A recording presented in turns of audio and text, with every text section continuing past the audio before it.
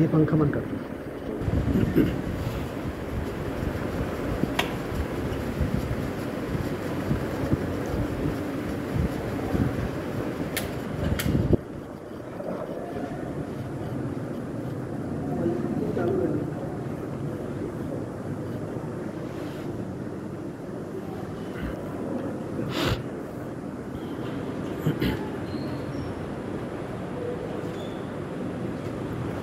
السلام علیکم ورحمۃ اللہ وبرکاتہ.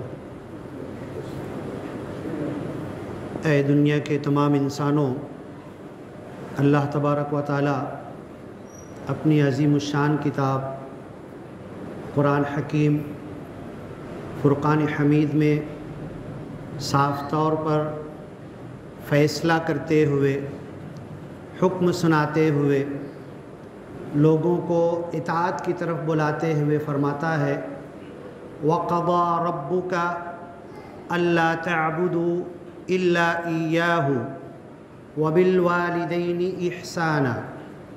تمہارے رب نے یہ فیصلہ کر دیا ہے کہ تم ایک اللہ کو چھوڑ کر کبھی کسی کی ذرہ برابر عبادت نہیں کر سکتے.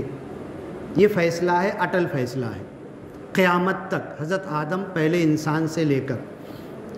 وَبِالْوَالِدَيْنِ إِحْسَانًا، اور تم کو اپنے ماں باپ دادا دادی اور اس کے اوپر کے جتنے نسل کے لوگ ہیں اگر زندہ ہیں. آج کل کے زمانے میں ماں باپ کے اوپر ہو سکتا ہے دادا دادی زندہ ہو، دادا دادی کے باپ تو ہم کو نظر بھی نہیں آتے. ایک زمانہ تھا کہ کئی پیڑھیوں تک کے لوگ زندہ رہتے تھے، دادا کا باپ، اس کا باپ. تو تمہارے رب نے فیصلہ کیا کہ ایک اللہ کو چھوڑ کر کسی کی عبادت مت کرو، اور اپنے ماں باپ کے ساتھ حسن سلوک کرو، احسان کا معاملہ کرو. اللہ کے رسول صلی اللہ علیہ وسلم جب کلمہ توحید کی طرف بلائے، ایک اللہ کی عبادت کی طرف بلائے، قولوا لا الہ الا اللہ، تم کہہ دو اللہ کو چھوڑ کر کوئی خدا نہیں. تو جو آپ کو اچھا بولتے تھے، جو امین اور صادق بولتے تھے، جو آپ کی تعریف کرتے تھے، پورے مکہ میں تم سے اچھا انسان نہیں ہے، وہ پتھر مارنے لگے. پھر محمد صلی اللہ علیہ وسلم نے لوگوں کو جنت کی خوشخبری دی کہ اگر ایک اللہ کی عبادت کی طرف آؤ گے، ایک خدا کو مانو گے اور سارے خداؤں کو چھوڑ دو گے تو تمہیں کامیابی ملے گی دنیا میں بھی اور آخرت میں بھی.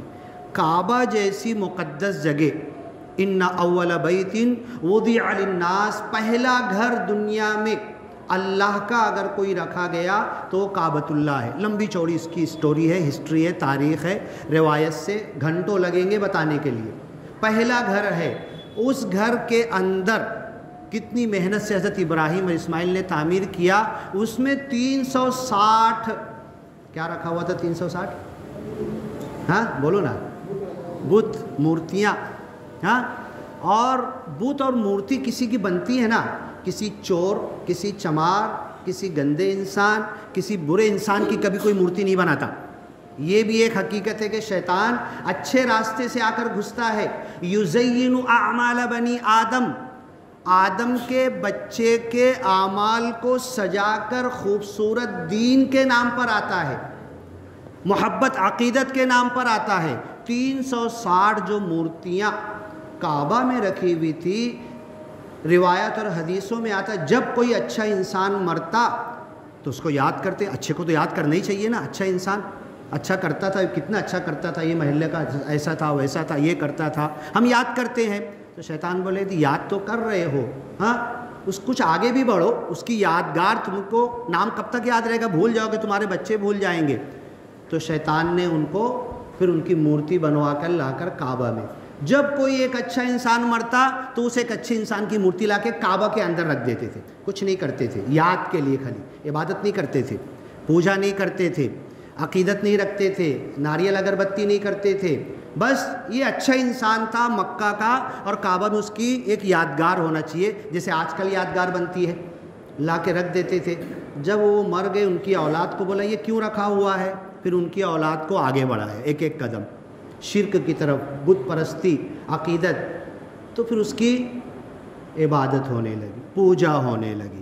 آج جو کعبہ کا دروازہ ہے اتنا ہاتھ لگاؤ تو ہمارا ہاتھ پہنچے گا. جب کعبہ مشرکین مکہ کے زمانے میں دروازہ نیچے سے تھا اور 2 دروازے تھے, ادھر سے گھستے تھے وہ دروازے سے نکلتے تھے اور اندر مورتیاں, سب سے بڑی 2 مورتی تھی, حد ہو گئی. جو توحید کے امام ہیں, ابو الانبیاء ہیں, حضرت ابراہیم نے توحید کے لیے گھر چھوڑا, ماں باپ چھوڑا, ہر ایک سے دشمنی لی, آگ میں گرنا پسند کیا, بادشاہ سے دشمنی لی. اتنے بڑے توحید کے نبی, درس دینے والے, سب سے بڑی مورتی ان کی بنا کے رکھ دی ہے کعبہ کے اندر, حضرت ابراہیم علیہ السلام. 2 نمبر کی ان سے چھوٹی حضرت اسماعیل علیہ السلام کی بنا کر رکھ دی ہے. اب جب اللہ کے رسول صلی اللہ علیہ وسلم آئے اور لوگوں سے کہنے لگے ما هذه التماثیل انتم لها عاکفون, یہ کیسی مورتیاں ہیں, بڑے ادب اور احترام اور اعتکاف کے ساتھ بڑے جا کر سر جھکا کے ان مورتیوں کے سامنے تم بیٹھتے ہو, کیوں تم ایسا کرتے ہو؟ تو جواب کیا تھا, کوئی حقیقت نہیں ہوتی, بدعقیدگی کی, اندھی اتباع کی کوئی دلیل نہیں ہوتی. وجدنا علیہ آباءنا کذالک یفعلون, ہمارے باپ دادا کرتے تھے تو ہم کریں گے, کر رہے. کیوں کرتے تھے میرا باپ, میرے دادا, میرے گھر والے, یہ صحیح کام غلط کام؟ مجھے اللہ نے عقل دی ہے, کتاب دیا ہے, قرآن دیا ہے, نبی دیا ہے, نبی کی باتیں ہیں, انبیاء کے بعد علماء آئے, میں ان سے سیکھوں دین, میں اپنے باپ دادا کے. اب دیکھو جمیل ملا صاحب نے کہا تھا کہ ماں باپ کے اوپر تو بولنا اور محرم کے اوپر سے بھی بولنا. اب وہی چیز تو کیا ہمارے اندر نہیں ہے؟ ہم کسی کو برا بھلا کہتے ہیں, کسی پر ہنستے ہیں. ایک پنڈت نے کہا, پوری شاعری کے اندر اس کو کہا گیا, دیکھا جو تعزیہ تو پنڈت نے یوں کہا, مندر کا تو نے تو نقشہ چرا لیا, کاغذ کی مورتی میں حسین کو بلا لیا, تو پتھر کی مورتی میں خدا کیوں نہ آئے گا؟ اگر تمہارا عقیدہ ہے کہ کاغذ کی بنائی ہوئی, لکڑی کی بنائی ہوئی, اس میں کوئی انسان حسین نام اللہ کے رسول کے نواسے آتے ہیں, ان کی روح آتی ہے, تو یہ پتھر کی مورتی میں خدا کیوں نہیں آئے گا؟ ہم کیا فرق بچا ہمارے اندر؟ اب یہ ایک لمبی چوڑی تاریخ ہے, 5 تاریخ ہے. 10 تاریخ کو, 10 محرم الحرام کو پوری کائنات اللہ نے اسی دن پیدا کیا. حضرت آدم کی پیدائش اسی دن کی, سارے انبیاء کے بڑے بڑے واقعات اسی عاشورہ کے دن ہوئے, 10 محرم کے دن. اللہ کے رسول صلی اللہ علیہ وسلم مکہ سے جب مدینہ آئے تو یہودی محرم 10 عاشورہ کے روزے رکھتے تھے. اللہ کے رسول صلی اللہ علیہ وسلم نے یہودیوں سے پوچھا, دیکھو دشمن ہو, یہودی ہو, عیسائی ہو, منافق ہو, کافر ہو, کوئی بھی ہو, تعلقات بنا کے رکھنا ہے, میل ملاپ رکھنا ہے, بات چیت رکھنا ہے, محبت رکھنا ہے, آنا جانا ہے, ملنا جلنا ہے, تب تو سچائی ہم پیش کر پائیں گے. اللہ کے رسول نے ان سے پوچھا کہ تم یہ 10 محرم کو روزہ کیوں رکھتے ہو؟ یہودی نے جواب دیا, موسیٰ علیہ السلام فرعون کے ظلم سے نجات پائے تھے, 10 محرم کو اس خوشی میں ہم روزہ رکھتے ہیں. تو اللہ کے رسول نے کہا, یہودیوں سنو, تم حضرت موسیٰ سے محبت کرتے ہو نا, نبی مانتے ہو, اپنے آپ کو ان کا امتی کہتے ہو, سنو حضرت موسیٰ کی محبت تم سے زیادہ ہمارے دل میں ہے. لا نفرق بین احد من رسولی, ہم نبیوں میں سے کسی کے درمیان فرق نہیں کرتے.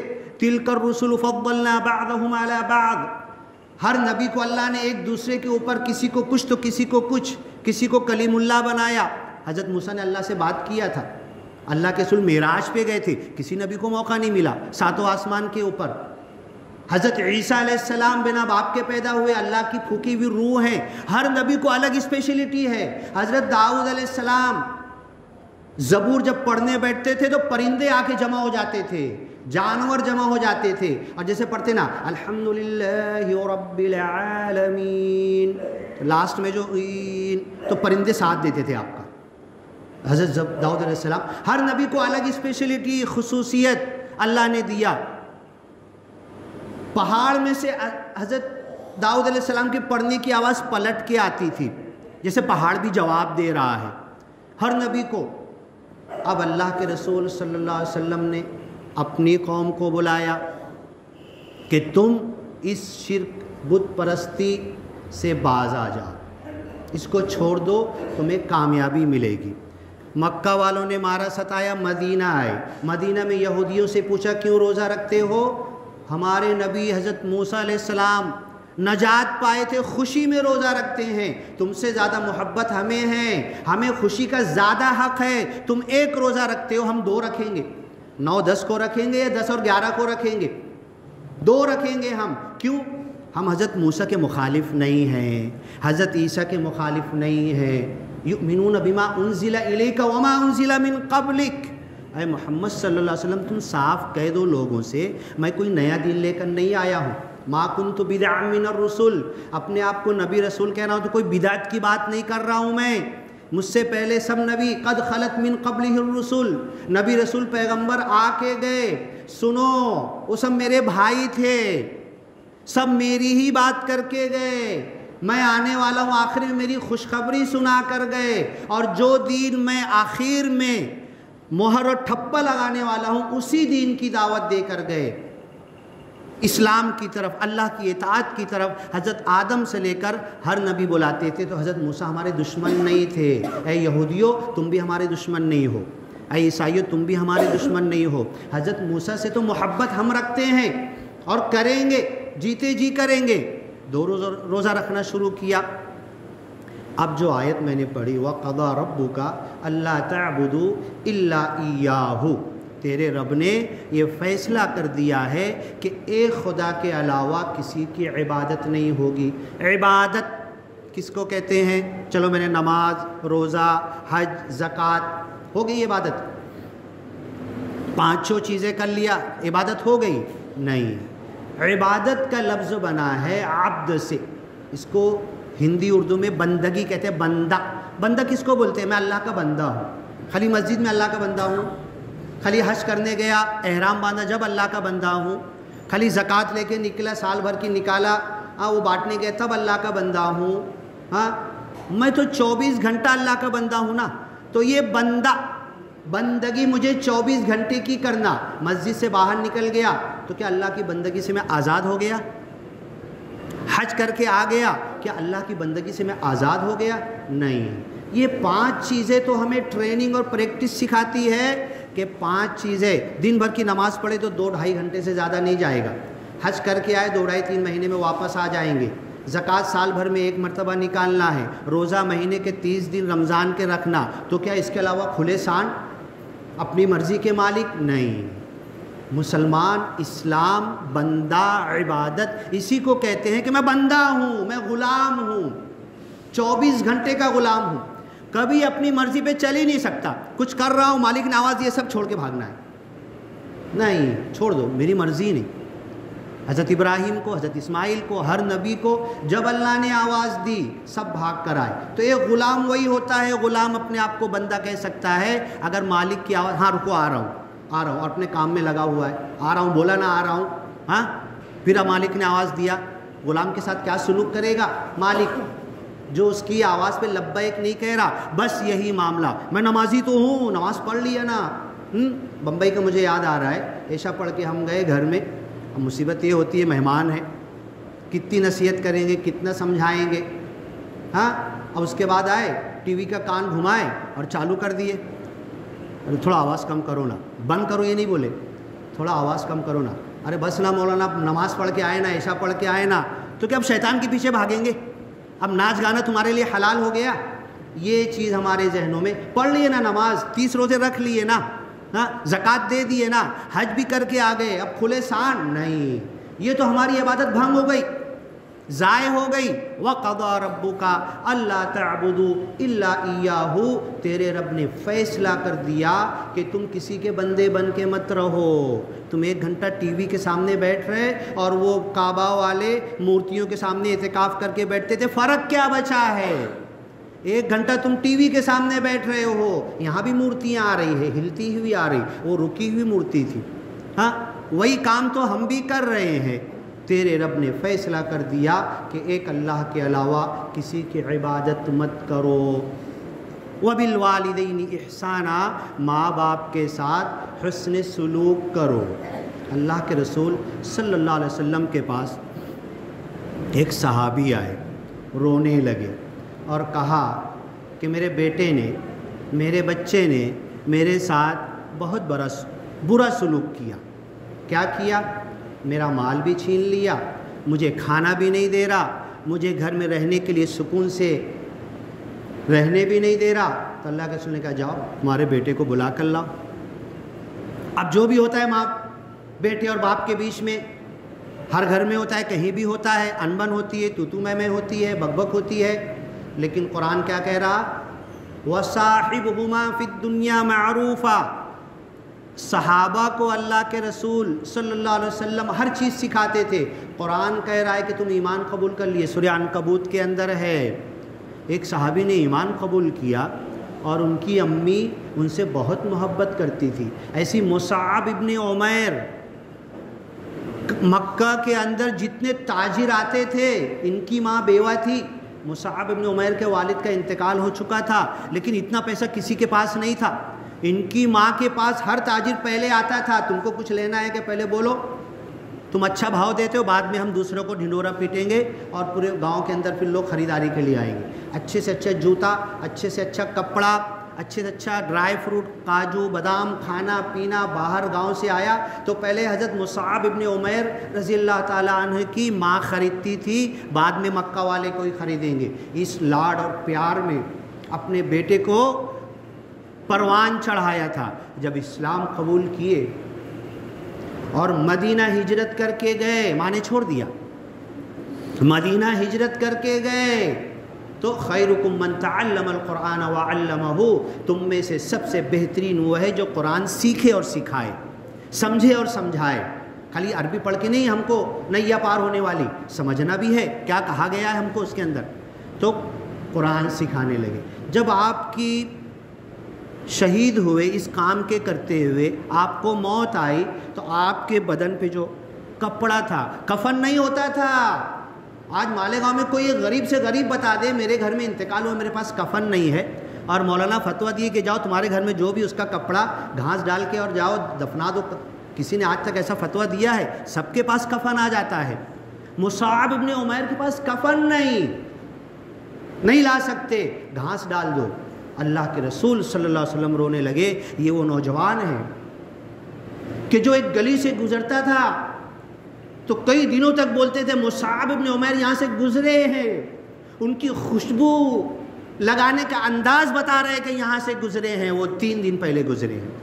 ان کی شان ٹیپ ٹاپ یہ بتا رہی. لیکن یہ اسلام قربانی چاہتا ہے. یہ قربانی کے مہینے کے بعد محرم، اور محرم میں بھی قربانی دی. حضرت حسین نے قربانی دی نا، سر کٹا دیا نا. کائے کے لیے؟ کیا حکومت ملی انہیں؟ کیا دنیا کا عہدہ ملا انہیں؟ ہاں، 72 بھوکے پیاسے لوگوں کو شہید کر دیا اپنے گھر کے. صحابہ کرام منع کر رہے تھے مت جاؤ، سب روک رہے تھے، سب کو درد تھا مت جاؤ. کوفہ، بغداد، بصرہ، ادھر مت جاؤ تم. نہیں، اللہ کے بندے دیکھو 2 تھیلے خط ہیں، ہمیں بلا رہے ہیں، ظلم ہو رہا ہے، مظلوم ہیں، اور مظلوم کی مدد کے لیے اللہ کے رسول کے گھر والے کیوں نہ جائیں گے؟ ہمیں جانا ہے، ان کی مدد کرنا ہے. نکل کے گئے اور پورا واقعہ ہے. اتنا وقت نہیں ہے، 30-35 پر ہمیں ختم کرنا ہے. یہ قربانی چاہتا ہے. قربانی ہم نے جانور کا خون بہا دیا نا. ہاں، میرا خون اسلام کے لیے.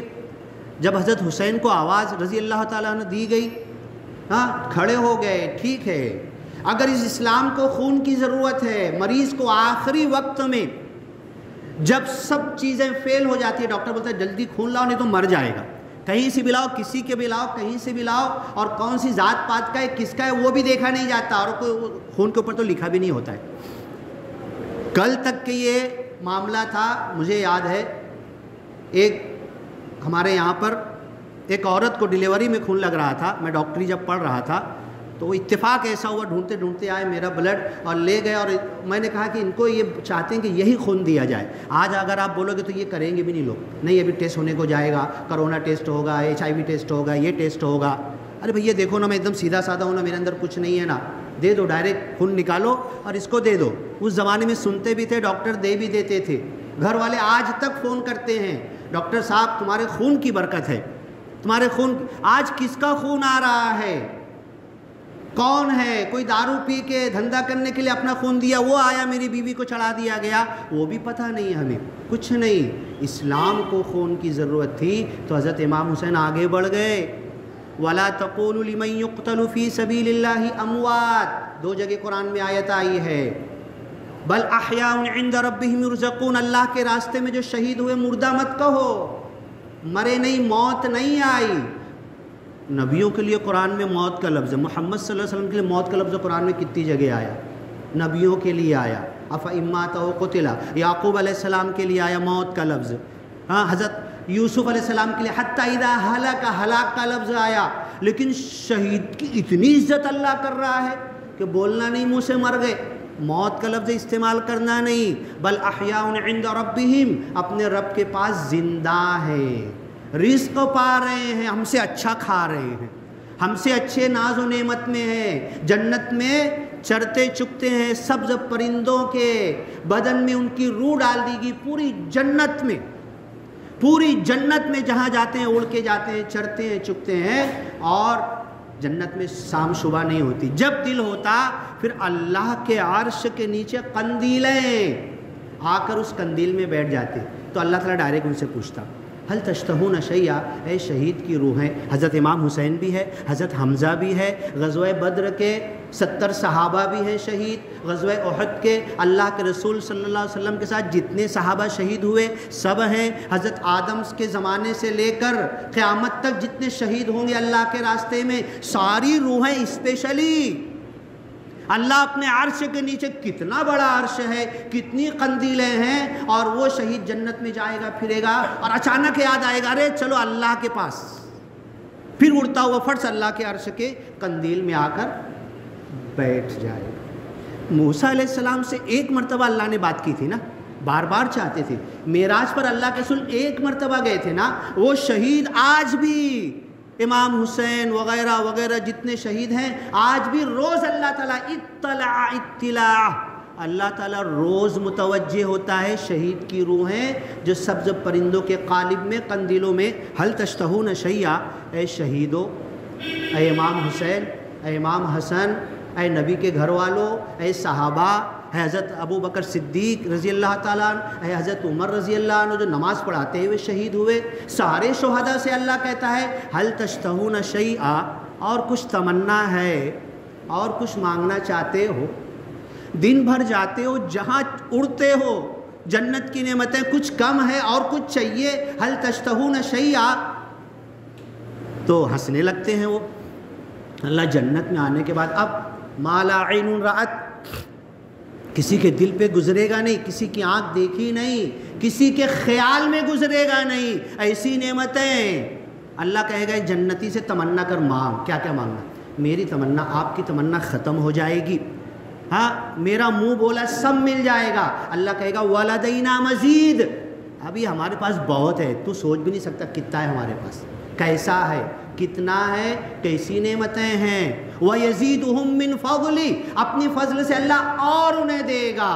تو اب اس شہید کی روحوں سے پوچھے گا اور کچھ چاہیے، کچھ کم پڑ رہا جنت میں، اللہ تعالیٰ کیا کم، جنت میں کیا کم پڑے گا؟ اب پوری آیت ہے بل احیاء عند ربهم يرزقون یستبشرون بنعمت من اللہ، تو وہ شہید کہیں گے کوئی کمی نہیں۔ اب روز اللہ پوچھ رہا، کچھ تو جواب دینا ہی پڑے گا نا، اللہ تعالیٰ روز پوچھ رہا، روز جا رہے کھا رہے، اور کیا چاہیے کیا چاہیے، کوئی کمی نہیں ہے۔ ہاں اللہ تعالیٰ ایک چیز چاہیے، شہید مطالبہ کر دیں گے، امام حسین بھی، حضرت ابو بکر صدیق بھی، حضرت عمر رضی اللہ عنہ بھی، سارے شہداء ایک مطالبہ کر دیں گے، اے اللہ تعالیٰ ہماری جو روح تھی نا، تو نے ابھی پرندے کی شکل میں ڈالا ہے اور دنیا میں انسان کی شکل میں تھی، اے اللہ بہت چھوٹا مطالبہ ہے، یہ ہماری روح ہے نا، ہماری جان پھر انسانی شکل میں ڈال دے، اور ہم دنیا میں جانا چاہتے۔ اللہ پوچھے گا دنیا پراپرٹی کچھ کم کمائے تھے کیا، کچھ رہ گیا کیا، کچھ چھوٹ گیا کیا، کچھ دنیا نہیں؟ اللہ تعالیٰ دو مقصد ہے، کچھ دنیا، وہ تو دنیا کتنی حقیر ہے، کتنی ذلیل ہے، مچھر کے پر کے برابر پوری دنیا مل جائے تو بھی یہ جنت کی ایک نعمت کے سامنے نہیں ہے۔ سب ہمیں پتہ چل گیا، دنیا حاصل کرنے کے لیے دنیا میں نہیں جانا چاہتے، دو کام کے لیے جانا چاہتے ہیں۔ کیا؟ ایک تو یہ کہ شہادت میں تیرے راستے میں جان دینے میں، تیرے راستے میں خون بہانے میں، تیرے لیے قربانی دینے میں، اس شہادت میں دنیا سمجھتی تھی کہ گلا کٹائی سے درد ہو رہی ہے، لیکن اس میں جو مزہ ملا تھا یہ جنت میں ہم کو نہیں مل رہا ہے۔ وہ مزے کے لیے دوبارہ دنیا میں جانا چاہتے، پھر شہید ہونا چاہتے۔ اللہ کے رسول، صحیح حدیث ہے، کوئی انکار نہیں کر سکتا، ثم احیا ثم اقتل ثم احیا ثم اقتل کرتے کرتے صحابہ نے بولے کہ خاص اللہ کے رسول چپ ہو جاتے، خاموش ہو جاتے، میں چاہتا ہوں کہ زندہ کیا جاؤں پھر شہید ہوں، پھر زندہ کیا جاؤں پھر شہید ہوں، پھر زندہ کیا جاؤں پھر شہید ہوں۔ صحابہ کرام رونے لگے، اللہ کے رسول خاموش، بس نہ بس نہ بس نہ، کیوں کتنی بار بولو گے؟ شہادت میں جو مزہ تھا، یہ شہادت گہے الفت میں قدم رکھنا ہے۔ لوگ آسان سمجھتے ہیں مسلمان ہونا، زبان نے کہہ بھی دیا لا الہ تو کیا حاصل، دل و نگاہ مسلمان نہیں تو کچھ بھی نہیں۔ شہید بولیں گے اللہ تو پوچھ رہا تھا نا، چاہیے ہمیں ڈال دے ہماری انسان کے بدن میں، پھر شہید ہو کر آئیں گے، پھر شہادت کا مزہ لیں گے۔ اور دوسرا مقصد سنو، ہمارے جو پاگل بھائی بندو ہیں نا دنیا کے اندر، میرا بھائی، میرا مسلمان، امام صاحب ہیں، مؤذن صاحب ہیں، جمیل ملا جی ہے اور مصلی ہے، سب کو جا کے ایک چیز بتانا چاہتے ہیں، ارے پگلو کیوں دیری کر رہے ہو، ہمارے جیسا تم بھی شہید ہو کر آؤ نا، تم کیوں بیٹھے، کیوں دیری کر رہے، کیوں دنیا میں جینے کی تمنا کر رہے، شہید ہو ہمارے راستے پر اور ہمارے پیچھے آؤ۔ دنیا والوں کو یہ بتائے اور عملی طور پہ پھر شہید ہو کے آنا چاہتے ہیں۔ اللہ کہے گا یہ تمنا تو پوری نہیں ہو سکتی، ہاں تمہارا ایک جو دوبارہ شہادت کی تمنا تھی، ایسے ایک نہیں ہزاروں شہادت کا اجر میں تمہیں دے دوں گا، دوبارہ شہادت کے لیے بھیج بھی نہیں سکتا۔ لیکن جو تم اپنے بھائیوں کو میسج دینا چاہتے ہو، آج امام حسین ہم کو کیا میسج دینا چاہتے ہیں؟ امام حسین کا میسج قرآن میں لکھا ہوا ہے، کلیئر کٹ لکھا ہوا ہے، یستبشرون بنعمت من اللہ اللہ خوف علیہم ولا ہم یحزنون۔ ہمارے تمام بھائی بندوں کو یہ ہماری طرف سے خوشخبری دے دو کہ وہ بھی ہمارے راستے پر چل کے شہادت کے راستے پر جنت پہ ڈائریکٹ، جنت کے لیے دروازے، ابواب۔ روزہ دار کا دروازہ جو روزہ رکھنے میں خوب ماہر ہے، خوب روزے رکھتا ہے، اسپیشل اس کا اکرام ہوگا، فرشتے کھڑے ہوں گے، لوگ دیکھیں گے جنت میں جاتے تھے، ارے ابھی جنت کی دور سے ہی اتنا ادب کے ساتھ اس کا استقبال کیا جا رہا ہے جنت میں انٹر ہونے کے لیے۔ مفتی صاحب آئے نا، سیاسی لوگوں نے استقبال کیا تھا، کیسے اچھا لگتا ہے لوگوں کو، ایسے جنت میں ایک ایک دروازے پر سب استقبال کرنے والے کھڑے ہوں گے۔ یہ روزہ دار ہے، یہ شہید ہے، یہ صدقہ کرنے والا ہے، یہ کبھی جھوٹ نہیں بولا اس نے، اس کے سامنے خوبصورت عورت آئی تھی، بدکاری سے بچ گیا تھا، یہ گناہ میں ملوث نہیں، اس کے لیے الگ دروازہ، الگ سواگت ہو رہا ہے جنت کے لیے، ہر کوئی دیکھتا رہے گا ان دروازوں سے۔ لیکن شہید کے لیے چاہے جس دروازے سے جائے، جدھر سے گھس جائے، سب سے بڑی فضیلت ہوگی۔ اور اس کے پہلے، وہ دروازے لگنے سے پہلے، ابھی حساب کتاب سے پہلے، بغیر حساب کتاب جنت میں، تو حضرت امام حسین رضی اللہ تعالیٰ عنہ ہم کو جو میسج دینا چاہتے ہیں، پریکٹیکل زندگی کا میسج تو ہے ہمارے پاس، تو کیا وہ ماتم کرنے کے لیے؟ ماتم کس کا کیا جاتا ہے؟ جو مر جاتا ہے، جو ہلاک ہو جاتا ہے، جو فنا ہو جاتا ہے، جو فوت ہو جاتا ہے۔ غم اور افسوس، اللہ خوف علیہم، ہم تو شہید ہوئے، ہمارے پیچھے والوں پر غم اور خوف نہیں ہونا چاہیے۔ کیوں روئیں؟ کیوں مارے پیٹے سینہ ٹھوکے؟ کیوں زخم کرے خون نکالے؟ کیوں ماتم کرے؟ یہ تو حضرت امام حسین محرم کے شہداء، کربلا کے شہداء، ابھی تو کربلا کا آخری میدان باقی ہے۔ اور سن لو، ابھی جو فلسطین میں ہو رہا ہے نا، یہ امتحان آتا ہے، یہ آزمائش آتی ہے، یہ ہمارے ساتھ بھی آئے گا۔ کربلا کا آخری میدان ہم کو گزرنا ہے، جنت اتنی سستی نہیں ہے۔ تو امام حسین یہی میسج دینا چاہتے ہیں۔ اللہ نے کہا اے شہیدو، تمہاری طرف سے حضرت عمر رضی اللہ تعالیٰ عنہ، آج کوئی امام یہ تمنا کرتا ہے کہ حضرت عمر نماز پڑھا رہے، نماز کے اندر، اور انہیں شہید کر دیا گیا، امامت کر رہے تھے، اللہ مجھے بھی حضرت امام عمر رضی اللہ عنہ کی طرح مجھے بھی شہادت عطا کر۔ ہاں، تو تمہارا میسج ہم دنیا والوں کو پہنچا دیتے ہیں کہ اے دنیا، اور قرآن میں اللہ نے لکھ دیا کلیئر کٹ آیت، سورہ آل عمران کے اندر بھی ہے، سورہ بقرہ میں بھی شہیدوں کا میسج اللہ نے پہنچا دیا کہ تمہارے اوپر کوئی غم اور خوف نہیں ہونا چاہیے، تم خوشی خوشی انہی کے راستے پر تمہیں آگے بڑھنا چاہیے۔ تو اللہ تعالی ہمیں یہ توفیق عطا کرے کہ جو محرم الحرام کا مہینہ ہے، اس میں تو جنگ کافروں سے بھی ممنوع ہے۔ 4 مہینے اشہر حرم کے ہیں، محرم بھی اس میں آتا ہے، اور اس میں اپنے ہی لوگوں کو شہید کر دیا گیا۔ پوری لمبی چوڑی تاریخ ہے، کسی وقت وہ بھی دیکھیں گے۔ تو جو بندے نے آیت پڑھی تھی وَقَضَىٰ رَبُّكَ أَلَّا تَعْبُدُوا إِلَّا إِيَّاهُ، تیرے رب نے یہ فیصلہ کر دیا کہ تم ایک اللہ کے علاوہ کسی کے بندے مت بنو۔ آج میں روپیہ پیسے کا بندہ تو نہیں بن گیا، آج میں کارخانہ، کاروبار، دھندا، بزنس، تجارت، دنیا کے پیچھے غلبت علینا شقوتنا، ہماری بدبختی ہمارے اوپر غالب آ گئی۔ ذالک مبلغہم من العلم، ان کے علم حاصل کرنے کا مقصد یہی ہے۔ ڈاکٹر یہ سوچ کے پڑھ رہا ہے کہ کاٹوں گا، گلا بھی کاٹوں گا، پیٹ بھی کاٹوں گا، ان کی تجوری بھی کاٹوں گا، یہ سوچ کے پڑھ رہا ہے۔ نہیں، ذالک مبلغہم من العلم، ان کے علم کا مقصد ہونا چاہیے کہ دنیا کے انسانوں کو سکھ ملے۔ میں کیسے بچا لوں دنیا کے انسانوں کو جہنم کی آگ سے؟ اللہ کے رسول نے کہا میں تمہاری کمر پکڑ پکڑ کے کھینچ رہا ہوں، جہنم میں تم پروانہ وار گر رہے ہو، اور مجھے تمہاری فکر ہے۔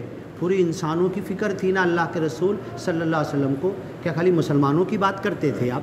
جب آئے، ایک چھوٹا سا سوال ہے، اللہ کے رسول صلی اللہ علیہ وسلم جب 40 سال کے ہوئے، اللہ نے کہا اقرا، پہلی وحی نازل کی، نبی بننے کی خوشخبری دی، حضرت مائی عائشہ کے، حضرت مائی خدیجہ رضی اللہ تعالیٰ عنہ کے پاس آئے، زملونی، چادر اوڑاؤ، گھبرا گئے، دثرونی، کمبل ڈالو میرے اوپر، کانپنے لگے وحی کی وجہ سے۔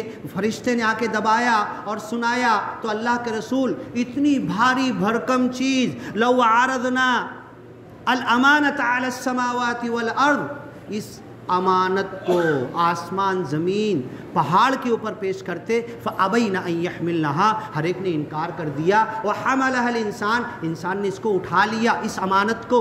یہ قرآن کی وحی کے ذریعے، اس بوجھ کے ذریعے۔ ایک صحابی کہتے ہیں اللہ کے رسول صلی اللہ علیہ وسلم مجلس میں بیٹھے ہوئے تھے، اور آپ کی جو یہ مانڈی میرے مانڈی کے اوپر تھوڑا سا ٹچ تھی، تو اللہ کے رسول صلی اللہ علیہ وسلم کے اوپر حضرت جبریل آ کر قرآن نازل کرنے لگے، تو مجھے ایسا لگا کہ آپ کی مانڈی نہیں ہے، کوئی پہاڑ میرے اوپر رکھ دیا گیا ہے۔ تو یہ قرآن کی عظمت ہے، وحی کی عظمت ہے، حضرت جبریل کے قرآن دینے کی۔ حضرت خدیجہ رضی اللہ تعالیٰ نے کہا اللہ کے رسول صلی اللہ علیہ وسلم بالکل گھبراؤ مت، آپ کو اڑا دیا، چادر دیا، کیا ہوا؟ ارے وہ فرشتہ آیا تھا، ایسا کہہ رہا تھا، کیا کہہ رہا تھا؟ اقرأ بسم ربک الذی خلق۔ حضرت مائی خدیجہ بولنے لگی اقرأ بسم ربک الذی خلق، خلق الانسان من علق، اقرأ وربک الاکرم الذی علم بالقلم، علم الانسان ما لم یعلم۔ اللہ کے رسول نے پڑھا، اور دنیا کی سب سے پہلے ایک عورت نے پڑھا، حضرت مائی خدیجہ نے، یہ اقرأ والی آیت۔ پھر کہا کہ کلا واللہ، اللہ کی قسم، اے محمد صلی اللہ علیہ وسلم، میں نے کسی لالچ میں تم سے نکاح نہیں کیا، میں تو خود اربپتی کروڑ پتی ہوں، اور تمہارے پیچھے پوری جائیداد پراپرٹی میں نے لٹا دی۔ حضرت جبریل علیہ السلام اللہ کے پاس جب گئے تو کہنے لگے وہ مائی خدیجہ کیسی عورت ہے، اتنا ان کے پاس سب کچھ تھا، بڑے بڑے تاجر آتے تھے، ان کو تجارت کا سامان دیتی تھی، اور اللہ کے رسول صلی اللہ علیہ وسلم کی نبوت کے لیے سب لٹا دیا انہوں نے۔ تو دوسری بار اللہ کہتا ہے حضرت جبریل سے، جانا تو حضرت مائی خدیجہ سے میرا سلام کہہ دینا کہ تم نے اپنے نبی کے لیے اپنی پوری جائیداد لٹا دی، میں نے کیا کیا؟ میں تو روپیہ، پیسہ، دینار، درہم اور دنیا کے پیچھے بھاگ رہا ہوں۔ اللہ کے رسول صلی اللہ علیہ وسلم کی دل کو، کلا واللہ، اللہ کی قسم، اللہ آپ کو ضائع نہیں کرے گا، انک لتصل الرحمہ۔ 5 منٹ ہے نا؟